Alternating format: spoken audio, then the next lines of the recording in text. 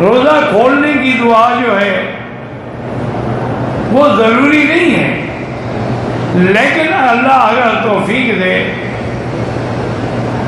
اللہم بک صمت و بک آمنت وعلی رزقک افطرت،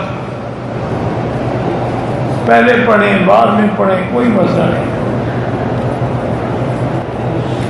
روزے کے بارے میں حدیث میں ہے کہ الصوم لی وانا اجزی بہ، کہ روزہ میرے لیے ہے، اس کا بدلہ بھی میں خود دوں گا۔ وجہ کیا ہے کہ باقی اعمال میں ریا ہو سکتا ہے، روزے میں کوئی ریا نہیں ہو سکتا۔ روزہ ایک ایسا عمل ہے جس کا کسی کو پتہ ہی نہیں ہوتا، آپ روزے سے ہیں نہیں ہیں کسی کو کیا پتہ ہے؟ کتنے لوگ ہیں جو روزہ نہیں رکھتے افطار کے لیے آگے بیٹھ جاتے ہیں۔